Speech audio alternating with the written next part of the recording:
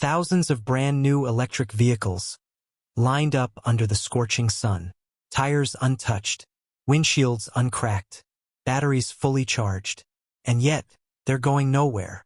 These are not futuristic parking lots. They are graveyards. From Hangzhou to Chengdu, from the industrial zones of Nanjing to the outskirts of Chongqing, giant fields are now littered with shiny but lifeless EVs. A haunting sight of China's electric car boom turned into an industrial disaster. In a country once hailed as the undisputed leader of the electric vehicle revolution, how did we get here? What caused this mechanical overproduction? And why are millions of EVs simply rotting in open-air cemeteries? This is not just a story about cars.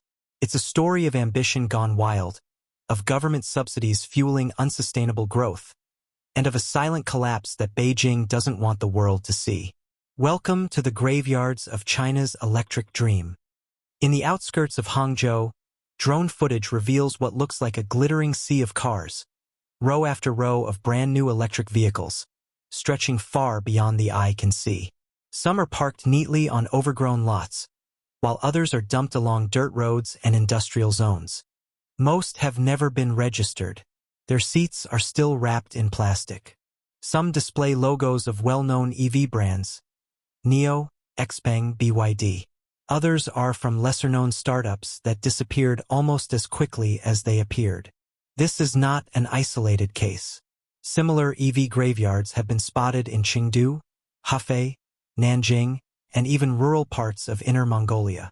Experts estimate that hundreds of thousands, possibly over 1 million, unsold EVs are now scattered across China.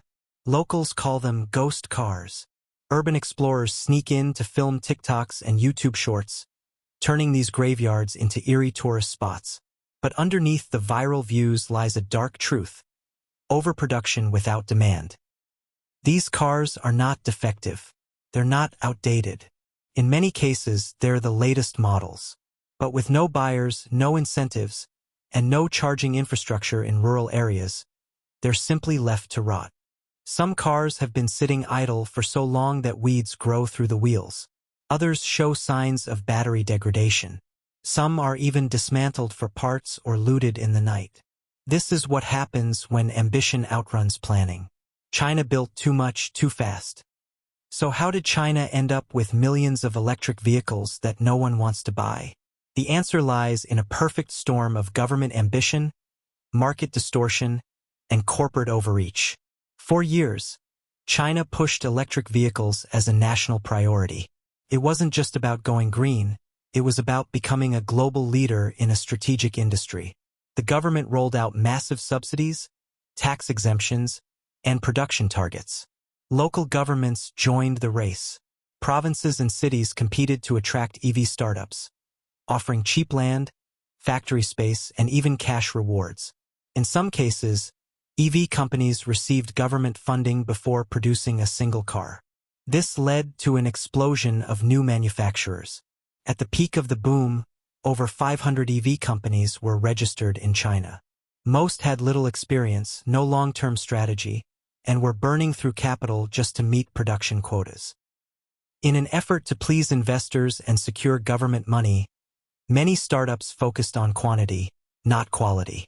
They churned out thousands of vehicles, regardless of whether there were buyers or charging stations available. On the surface, the numbers looked impressive. EV sales in China skyrocketed. The country quickly became the largest EV market in the world. But underneath, the market was inflating like a balloon. Eventually, the bubble started to burst. Demand didn't keep up with supply. Subsidies were cut. Consumer confidence weakened. And many of those flashy new EVs ended up in the one place they weren't supposed to be. Parked in silence, slowly decaying. The fallout is now impossible to ignore. More than 100 EV startups in China have already collapsed or shut down since 2020. Others have quietly halted production or merged with larger firms to avoid bankruptcy. Big names like NIO, XPeng, and Li Auto are still in the game, but even they are feeling the pressure. NIO posted losses of over $2 billion last year. XPeng slashed prices by up to 20% just to stay competitive. And BYD, China's biggest EV maker, is shifting focus toward overseas markets to offset domestic stagnation. Meanwhile, the domestic market is cooling fast. Sales have slowed dramatically in 2024 and 2025. Consumers are wary, not just of the quality of EVs, but of whether the company that sells them will still be around to service them next year. Charging infrastructure remains patchy, especially in rural and second-tier cities. And battery swapping, once hyped as the future, is struggling to gain traction due to high costs and lack of standardization. Used EVs are another growing headache. Their resale value is plummeting. Some used electric cars in China are now worth less than half their price within a year. Buyers fear battery degradation, outdated software, and non-existent after-sales support. And yet, despite all this, production continues. Factories keep churning out new models. Government reports still boast of green progress and innovation. But on the ground, the signs are clear. The EV dream is starting to rust. In many ways, China's EV boom wasn't born from consumer demand, but from state support. From 2009 to 2022, the Chinese government poured billions of dollars into subsidies for electric vehicles. For some companies, government aid made up over 50% of their revenue. The more EVs you produced, the more money you received. It created a dangerous incentive. Build fast, sell cheap, or don't sell at all, just move inventory to qualify for the payout. Some manufacturers found creative ways to game the system. Cars were sold to affiliated companies or stored in massive parking lots, technically counted as sales. In reality, they never reached real customers. Local governments got in on the action, too. To hit their green targets, many city officials prioritized quantity over quality. Factories popped up overnight, often with little oversight, and low-standard vehicles flooded the market. As the years passed, Beijing started to pull back. The central government slashed subsidies in 2021 and phased them out completely by the end of 2022. Suddenly, the crutches were gone, and the industry stumbled. Dozens of companies collapsed within months. Some disappeared overnight, leaving buyers with no support and vehicles with no future. Investors lost millions, and the country was left with an oversupplied, underdeveloped, and deeply unstable market. It wasn't just about money. It was about how that money distorted competition, suppressed innovation, and encouraged companies to chase numbers instead of quality. This is the dark side of state-driven growth. When policy replaces the market eventually breaks. With subsidies gone and overcapacity looming, China's EV industry turned inward. The market became a brutal battleground, where local giants fought not just for profits, but for survival. BYD, once mocked as a battery maker dabbling in cars, rose to dominate the domestic EV market. Backed by strong tech integration, vertical supply chains, and Warren Buffett's early investment, BYD flooded the streets with affordable, reliable models. Then there's NIO, the Tesla of China, which once enjoyed a luxury brand image and Wall Street backing. But its high burn rate and reliance on battery swapping stations have left it scrambling to cut costs and reinvent its model. XPeng and Li Auto joined the fray, offering software-heavy EVs packed with smart features. But differentiation is hard in a market where every brand claims AI, range, and style. State-owned Geely and SAIC are fighting to stay relevant. They're backed by legacy manufacturing power, but often slow to innovate and adapt. Prices began to crash. BYD launched a price war in early 2023, slashing tags to undercut rivals. Others followed, cutting deeper, desperate to maintain sales volume. Some cars were being sold at a loss. The result? A domestic market soaked in blood. Companies outmaneuvered each other for market share, but many were just bleeding money. And the real victim? Quality. In the race to cut costs, many EVs were rushed to production with software bugs, hardware issues, and safety concerns. Consumers became skeptical. Reliability dropped. Trust eroded. It was no longer an innovation race. It was a survival race, and not everyone would cross the finish line. As China's EV boom turned bust, Thousands of electric vehicles ended up in massive junkyards, often without ever being driven. These weren't old, worn-out clunkers. Many were brand new, barely unwrapped, left to rot in open fields, parking lots, or beneath overpasses.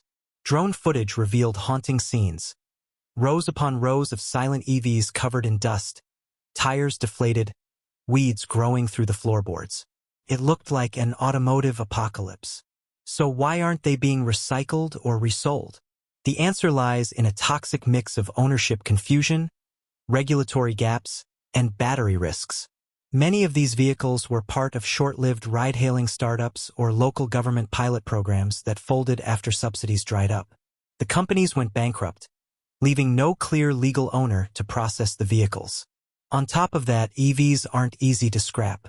The lithium-ion batteries, some weighing hundreds of kilos, require careful dismantling and safe disposal. Mishandling them can lead to fires or toxic leaks. Recycling infrastructure hasn't kept pace with production. China simply wasn't prepared for the wave of EV obsolescence. Battery recycling plants are few, and most lack the capacity or safety standards to handle the volume. Even reselling is risky. Some of these vehicles were built by now-defunct companies. Spare parts are unavailable. Software updates don't exist. Safety certification may be expired or unverified. In some cases, local governments would rather hide the problem than solve it. Abandoned EVs are quietly moved out of sight, but not dealt with. And so they sit ghosts of a failed revolution, rusting under the Chinese sun. With a domestic EV glut and fields of abandoned cars, China shifted gears. It launched an aggressive strategy to export its excess. In 2023 and 2024, Chinese EV exports soared. Brands like BYD, NIO, and SAIC flooded foreign markets, especially in Europe, Southeast Asia, and Latin America. Some models sold for shockingly low prices, undercutting rivals by thousands of dollars. A Chinese-made EV could cost $10,000 to $15,000 less than a comparable Western model. This wasn't just a market opportunity, it was a survival strategy. Offload unsold stock, keep factories running, and avoid public embarrassment. But the backlash was swift. In Europe, automakers and unions accused China of dumping, selling below cost, backed by state subsidies. The European Commission launched a formal investigation into unfair trade practices. France and Germany raised alarms over national security and industrial dependence. Even the US, already wary of China, took notice. Lawmakers called for higher tariffs and tighter safety inspections. And still, Chinese EVs kept coming, pushed into new markets like Brazil, South Africa, and the Middle East. It became a global tug-of-war. One country's surplus, another's threat. As more countries scrutinize Chinese EVs, their future abroad looks increasingly uncertain. China's EV revolution was sold as a green miracle, a leap toward a cleaner, sustainable future. But now, that promise is unraveling. Thousands, perhaps hundreds of thousands, of unsold or discarded electric vehicles are decaying in open fields. Their lithium-ion batteries, packed with hazardous materials, pose a serious environmental threat. When left exposed to rain, sun, and time, EV batteries can leak toxic chemicals, lithium, cobalt, nickel, into the soil and groundwater. Improper disposal or abandonment risks battery fires, which release harmful gases and can smolder for days. Ironically, the very solution to air pollution is now creating a new kind of contamination. China's recycling infrastructure hasn't caught up. There are only a handful of certified battery disposal centers, and few automakers take full responsibility for collecting and recycling old EVs. In many cases, it's unclear who even owns the rotting vehicles. Dealers, state-owned enterprises, or private speculators who walked away. What was meant to save the environment is now threatening to poison it.